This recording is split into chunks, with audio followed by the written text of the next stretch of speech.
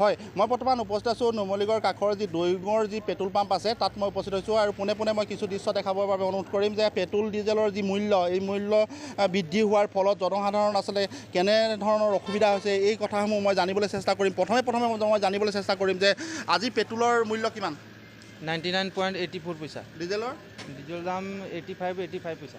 হয়, যি হাৰত আচলতে পেট্ৰল আৰু ডিজেলৰ মূল্য যেনেধৰণে বৃদ্ধি পাইছে সাধাৰণ জনসাধাৰণৰ কাৰণে আচলতে ইয়াৰ এক মূৰৰ কামুৰি হৈছে। মই পোনে পোনে গ্ৰাহকৰ কাষলৈও যাবলৈ চেষ্টা কৰিম। কি ক'ব আপুনি? আজিৰ তাৰিখত যিহেতু পেট্ৰলৰ আৰু ডিজেলৰ মূল্য ঘনাই বৃদ্ধি পাইছে। বহুত অসুবিধা পাইছোঁ। আমি ভাড়া বঢ়াবলৈ আমি গ'লেও আমি পেচেঞ্জাৰৰ পৰা আমি কিছুমান অসুবিধাৰ সন্মুখীন হৈছোঁহি। আজি আমাৰ চেঞ্চুৰী মাৰিবই আৰু 20 পইচা এটা 15 পইচা এটা কমি আছে, চেঞ্চুৰী মাৰিব সম্পূৰ্ণৰূপে।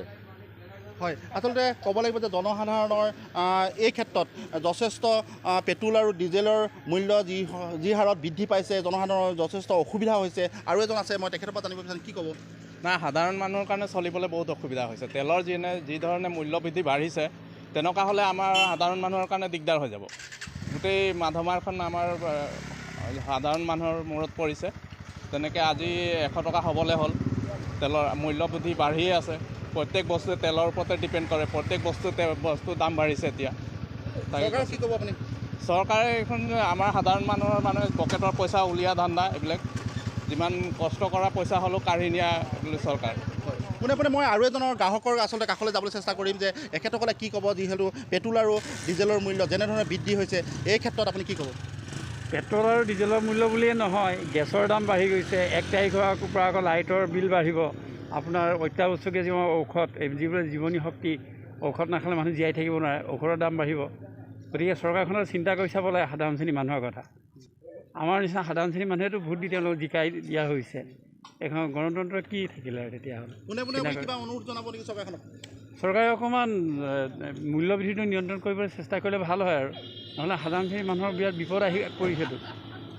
আৰু বজাৰত আপোনাৰ সোমাব নোৱাৰি, জুই চাই দাম সেয়াই আৰু। হয়, এখেতে আচলতে এটা কথা কৈছে যে অকল পেট্ৰল বা ডিজেলৰ মূল্যই নহয়, প্ৰতিটো বস্তুৰে আচলতে যেনেধৰণৰ মূল্য বৃদ্ধি হৈছে এই ক্ষেত্ৰত জনসাধাৰণৰ যথেষ্ট অসুবিধা হৈছে এই কথা আমাক জানিবলৈ দিছে। আৰু আচলতে গ্ৰাহক আছে, মই তেখেতৰ পৰা কাষৰ পৰা জানিব বিচাৰিম যে পেট্ৰল আৰু ডিজেলৰ যি হিচাপত মূল্য বৃদ্ধি হৈছে এই ক্ষেত্ৰত আপুনি কি ক'ব? এই ক্ষেত্ৰত কিনো ক'ম, জনসাধাৰণৰ মানুহ মাৰ হৈছে আৰু। আজি যিহেতু পেট্ৰলৰ দাম আৰু 100 টকা হ'বলৈ বেছি নাই আৰু জনসাধাৰণৰ মানুহ মাৰ হৈছে, তাৰ বাহিৰে একো নাই। ঠিক আছে, আচলতে তেখেতসকলে আমাক এইটো কথাই জানিবলৈ দিছে অকল ডিজেল আৰু পেট্ৰলৰ মূল্যৰ বৃদ্ধিৰ ফলত যে মানুহৰ যে জনসাধাৰণৰ যে অসুবিধা হৈছে তেনে নহয়, প্ৰতিটো সামগ্ৰীয়ে আচলতে মূল্য বৃদ্ধিয়ে জনসাধাৰণক আচলতে শুঙা কৰি পেলাইছে বুলি ক'ব লাগিব। আৰু কিছু লোকে চৰকাৰখনক আচলতে অনুৰোধ জনাইছে যাতে মূল্য বৃদ্ধিৰ ক্ষেত্ৰত তেখেতসকলে যাতে এই বিষয়সমূহ কিছু নিয়ন্ত্ৰণলৈ আনিবৰ বাবে অনুৰোধ জনাইছে।